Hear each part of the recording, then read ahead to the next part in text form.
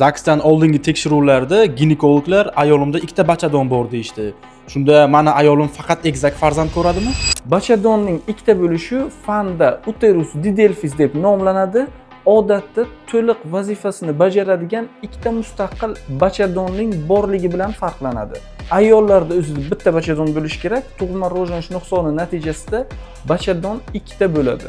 Ushbu holatda biz shifokorlar diagnostik laparoskopiya amaliyoti yordamida ikkita bachadonni ikkalasi ham vazifasini bajarib biladimi yoki yo'qmi tekshirib ko'rishimiz kerak. Ayni vaqtda gastroskopiya amaliyoti ham qilinadi va bachadonning ichki holati ham baholaniladi. Bachadonning ikkita bo'lishi bu egizak farzand bo'lishi bilan hech qanaqa aloqasi yo'q.